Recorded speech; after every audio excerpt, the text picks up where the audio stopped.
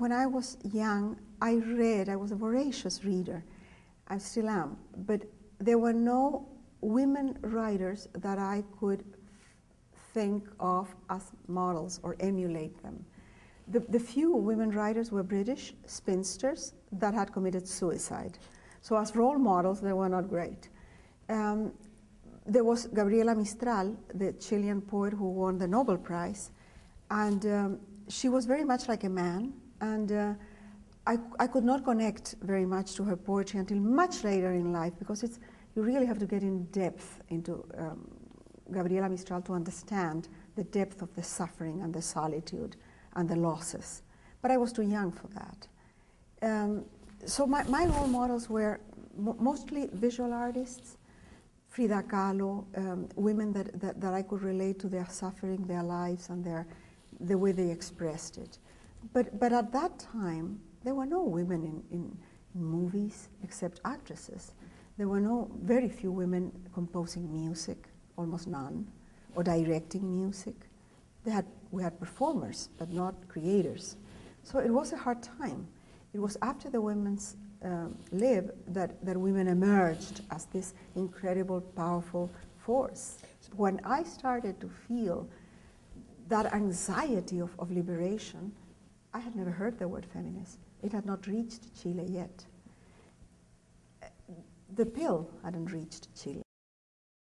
I mean, color television had not reached Chile. So it was a time of discovery, of change, and it was over there. When I came to the United States, I was already an adult. I was 45 years old. When I started reading books by Germaine Greer, by Betty Friedan, by so many others, I got inspired. I realized that my anger was not mine alone, that there was a whole movement in the world of women that were not only thinking and feeling what I was thinking and feeling, but articulating it in a wonderful way, with humor, with smartness, with insolence, with all the stuff that I didn't have. This was the 50s in Chile, can you imagine? In a patriarchal, conservative, Catholic family. It was very hard. So I had all those people that opened the way for my generation. I never decided that I was a storyteller. I just couldn't help it. Some people ask me, how do you finish a book? And I say, I don't finish a book, I just give up. And it's the same with how did I get started.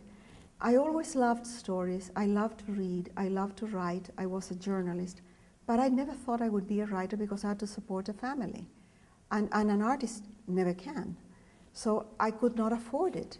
And by age 40, I was desperate with all this stuff that I had inside that I needed to take out of my soul, my belly somehow, give birth to all this. And then I just started writing without knowing what I was doing. I didn't know it was a novel. I didn't know anything. I had never studied literature. I had no idea that there was a world around literature, a world of publishers and critics and money and contracts. No idea. And I finished this book, and I was rejected in several publishing houses, which happens to everybody. And then finally, a woman agent took my book, believed in me, and she has been like a mother. For 25 years, she has been my agent, Carmen Balcells in Barcelona. And without her, I wouldn't be here talking to you. She made it possible. She published she had the House of the Spirits published because she told the publishing house, I'll give you this book of this new Chilean nobody, but it's a good book. I will give you Juan Marcé, a great Spanish writer, if you take her. And they took me like an act of charity. Without Carmen, I would have never done it. It's in a time of crisis that art blooms, because there's much more to express, much more that the collective can relate to. This is the time for art. And then there's another thing. When a woman creates anything, it's a craft. When a man creates something, it's art. When a woman believes something, it's superstition. When a man believes something, it's religion. When a woman speaks something, it's a dialogue or a dialect. When a man speaks, it's language. So there is, in the culture, the patriarchal culture, there is an underestimation of anything that a woman creator does. And we are breaking that barrier, but it takes a long time. What art does, it summarizes something that is in the air, a feeling, a time, a fear, a historical moment, a movement. It is summarized by some expression of art and put on the table so that everybody can relate to it. And in order to do that, there's a lot that is wasted. For every photograph that becomes an icon, for every Giacometti sculpture, for every Picasso painting, there are millions that nobody ever sees. And without those millions, that could not happen.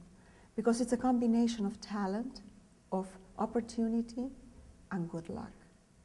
And in order to create that, you need to support the arts fully. It is like, it's like reproduction. Why does one egg get fertilized?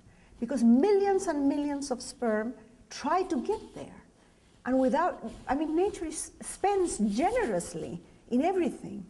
That's the way art works.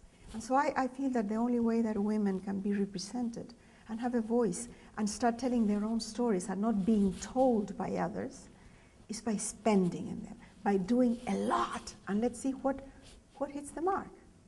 I would say to women artists the same thing that I say to women in general. Be connected. Be connected. Art, like everything else, needs the energy of the collective in order to expand and to grow in joy and in pleasure. So be connected. I'm not so afraid of poverty and the awkward and terrible circumstances that sometimes people live that do not in any way support the arts. I'm more afraid of isolation. If you are living in horrible conditions, but you can connect to other women, you feel the energy, you feel the force, you feel that you're not alone, and you are not talking for yourself only, you are talking for everybody, and that is fantastic. So the fact that there is an economic crisis, the fact that you are living in a village where there's no electricity, where there's no computers, that is not so important. What is terrible is to be isolated.